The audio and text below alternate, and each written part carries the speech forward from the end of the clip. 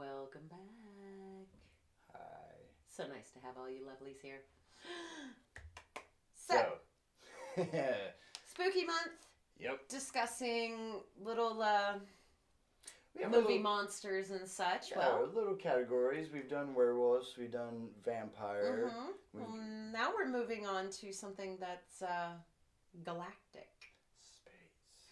We've selected a fun little 1980s alien to discuss today. No, and I have been putting on there on the Facebook page and also on my Twitter and stuff like that. You know, what's your favorite '80s horror movie?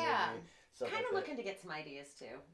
Nobody's mentioned this one. I left it out for a reason. I really had hoped somebody would have mentioned it. I had left it out for a reason just to see, but nobody did mention it. But we are not divided on this one though. No.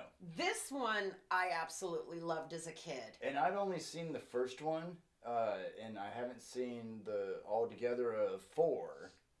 Yes, there are 4 movies altogether. We've watched 1 through 3. Yes. We will come back with a discussion about number 4. Tell them what it is. We are discussing the 1986 Critters. Balls of fluff with teeth and glowing red eyes. And I love the glowing red eyes. the glowing red eyes was cool. The amount of teeth. It was like what, 3-4 rows? Like 3 or 4 rows. Now a lot of discussion. It didn't really get the best rating. No, it wasn't met very well. And during the time was around the same time as Gremlins, and a lot of people gave a lot of crap about Critters, reminding them of Gremlins. You didn't see the Gremlins connection until you got to the 3rd one. Right. In the 3rd one, it screamed rip-off. Yes, it even had the white hair. Yeah, like the Gremlins but they one never explain why it's blind on one side. It had a bunch of scarring and stuff. Unless it was something that we missed. This movie has the once adorable Leonardo DiCaprio in it. The 3rd one does. Yes, as an adorable little butthead. Yeah, but in the first one, yes, they're I believe they're called they call them Krites. Dread Krites, right? No, all I heard was just did they say Dread? Okay, and so they're being imprisoned on this spaceship. It's an asteroid. Yeah. And the first thing you hear is an announcement stating you're supposed to have 10 of these. And they explain, we had to kill 2 because they were running through their food supply too fast. Because they constantly eat. Yeah, and I'm sitting there like, what on earth? And I still can't pinpoint it, but it reminds me of something. Another horror something, and I can't think. It's on the tip of my tongue. If anybody else out there knows what it is. A creature that is constantly consuming. I cannot make the connection. I don't know either. But these things are very unique in their own little way. They stand about a foot tall, fat little chubby things. They clump up into little balls of fluff, balls, and they just roll. They're so cute. And they make the little like sound, and they shake when they do it. And on occasion throughout the movie, you'll see them having conversations with each other, and they'll put the subtitles at the bottom for you. I thought that was pretty cool. Even one of them even drops the F-bomb. I thought it was pretty cool. Sitting on the porch, there's 2 of them. One says, they've got weapons. The other says, so? Boom! Shotgun. And it blows them up. And all of a sudden, the other one goes, oh my gosh. I lost it the first time I saw that. It was pretty good. And then they also can shoot spikes, these poison darts spikes, like a porcupine out of their head, and they actually lean forward and they show, and they almost show every single time, even through all 3, when they're taking a direct aim on something, they'll zoom in on the critter, show the spike coming out, and then firing. Yeah, like there was an actual ejection. And what was unique, and it actually changed from the first one to the 3rd one. The first one kind of gave them like they got a bizarre welt, which reminded me like from The Mist when she gets from the insect bite or whatever it was, and it got all like blood. But in the 3rd one, it just drugged them, basically day. Oh, and it was hilarious. Like they were almost like uber stoned. Drunk, stoned, and couldn't move, like paralyzed. Yeah, they didn't really go that into depth in the first and second one with it. No, in the first one, again, it just made him, like, really infected looking. Well, and the mom in the first one, she took one to the neck. Yes. And she expressed later on, I'm really tired. Yes. That's about as far as they went with that. But in the third one, it was like, boom. They were... The first one has another very, very famous actor in it. His scenes, unfortunately, are very short, and he's one of the first to die. Billy Zane. Billy Zane with hair. Not just hair. A ponytail. Had a ponytail. Had a ponytail. He portrayed the daughter's boyfriend. Yes. Or new boyfriend. New boyfriend. I'm not sure. Yeah, because they were up in the barn. Yeah, she hauls him off to the barn to goof around, you know, like 80s teenagers Which do. was for, like, there had to have been hours from the start to a bunch of shit going on, and then they still show him in the barn fooling around, and it's like, how long have they been just kissing and rolling in the hay? Like, well, here's the best part, and what I thought was really interesting and possibly unique for that time. It was not the boyfriend pressuring the girlfriend. right. It was the other way around. Right. He was continually saying, no, no, no, no, no. She was the one pressuring Yep. him. Yep. I was kind of impressed by that. That had to have been unique for its time. Absolutely. Well, even up to now, it's still a unique kind of scenario. Yeah. But I've really enjoyed watching this movie, and again, we watched 1, 2, and 3. 3 being not my favorite out of the first 2 so far. We still have the 4th one to do. 2 wasn't so bad. No, 2 moved right along, and so the way that's going on is that these critters are running around everywhere. Then you have these 2 alienoid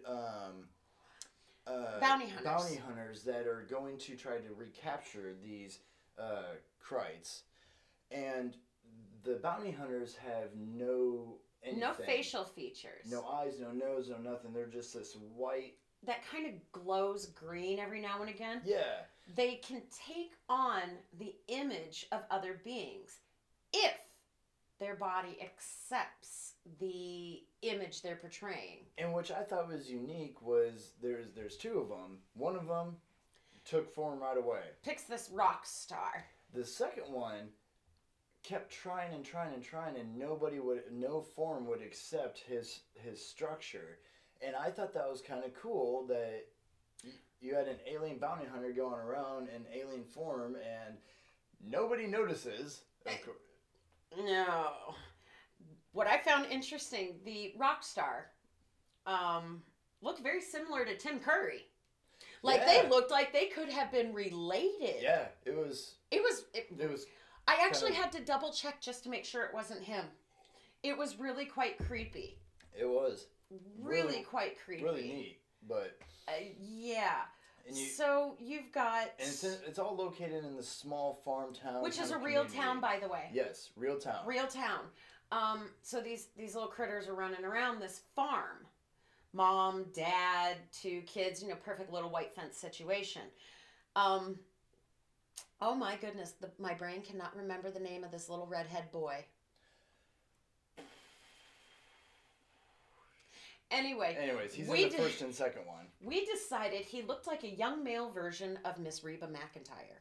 Yeah. He really did. Yeah. And Reba's a beautiful woman. Yeah. I'm sorry, she's gorgeous. But he kind of resembled a lot of features that look like her. And he's the hero of the movie. Yes, and he actually ends up going into the second one as well. Yes. The second one takes place 2 years after. And it turns out they laid eggs.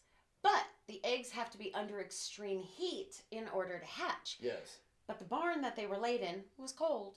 Yep, and they actually make mention of that in the movie, It's a slight mention, but it does make sense later as these little eggs are set up next to heaters. Yep, and then start hatching and eating everything. Everything. And the attack scenes in the second one were way better. Oh yeah, they made a huge improvement. They really, really pushed the envelope on the attacks. Because in the first one, anytime when the critters attacked, all you saw was fluff, and then the person just moving this plushie around. Oh, by the third time, you got to actually see their face. The teeth going in. Yeah. I mean, improved, but the third one was just so setting in one location. I felt Yeah. that it didn't portray how fast these critters can move, and which was unique in the first and second one because you have this entire town that And they're rolling in herds. Yes. Like they looked like fuzzy packs. tumbleweeds. But by the third one, everything's trapped in an apartment complex. Right. What did you call it? Static. Static, yep. It's very, very one location scene. But you got an option to see something really, really cool by the third one.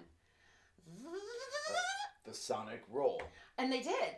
It did looked, a charge attack. Yeah, it was so much like Sonic, and they actually made the noise. It was really kind of cool. And I thought it was neat too is that it showed one of their weaknesses, which I hope that they bring into the fourth one. Yeah. Bleach. That's right. When it touched bleach, it like smoke came up and it was I wonder if that's how that one got the white streak. You know what? Is that something we missed? Was that the one that was in the bleach and that's why it was white? See, even we miss stuff every now and again, so I think... Because it was like really deformed on its one side. Yeah. Because it was rolling when it went into the bleach. Maybe that's what it was. Okay, you know what? Even if we you miss know, things. put it in the comments. Let us know. We may have to rewatch it just to find out because that's something that will bug us. But I was overall pleased with 1 and 2. Yes. 3, 3, I give a 2-star. 1 and 2. 3, I would give a 2. 1 and 2, I'm saying 4. Absolutely. I'm saying Classic. 4. Loved it. Great Space Invader kind of situation. It was a perfect little movie monster. And they didn't have guns except like the little I call them collectors because they were trying to collect the critters. But they had these powerful ass, like doomsday cannons that they carried. Doomsday cannon. At one point, you see the gun, Yeah, like and you're like, because the way it's and angled, the dude's like holding it like this, and it's freaking and you hilarious. can only see the bust up. So then you watch this gun, and we're like, innuendo. Hilarious. The bigger the gun, the bigger the man. Oh, which in the second one, the one dude, who was the town drunk in the first one that sees the alien ship ends up becoming sober and joining. Yeah, he leaves with the 2 bounty hunters and becomes a bounty hunter. Charlie. Yep. Comes Charlie. back in the second one and then comes back in the second one and ends up making one of these bounty hunters constantly look like this playboy chick, which is hilarious. And so anytime it tries to turn into anything else, he tries to turn into Freddy Krueger at one point. Shows it a picture. No. And it turns it back into the chick.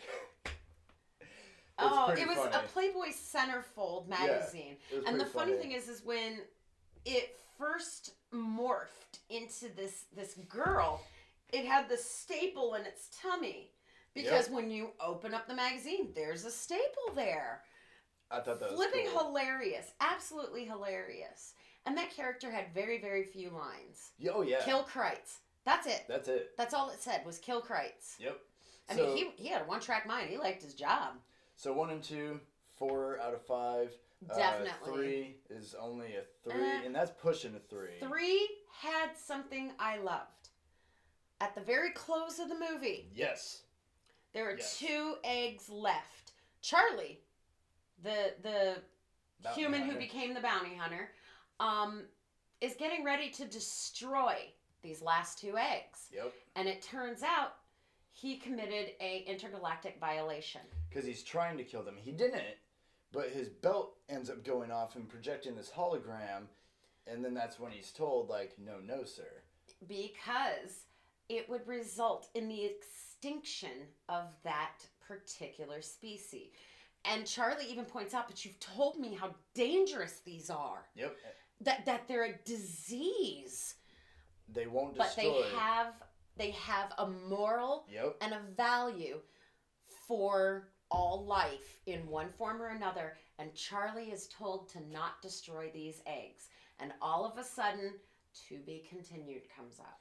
After this giant space thing that he's supposed to store these eggs into crashes through this house into the base, and that's all you see behind him is this giant tube, and then to be continued. Yes, and we will get to the 4th one. I personally think the 4th one is going to deserve its own episode. That's cool with me. I really do. Absolutely.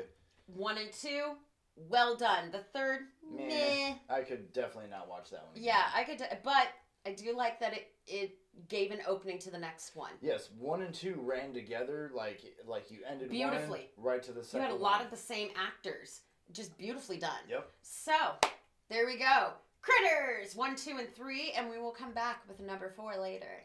Thank you guys very much. Thank you for watching us on Gore to Be Gore. Yay! Thank you so much for coming back, and every single one of you have pleasant nightmares.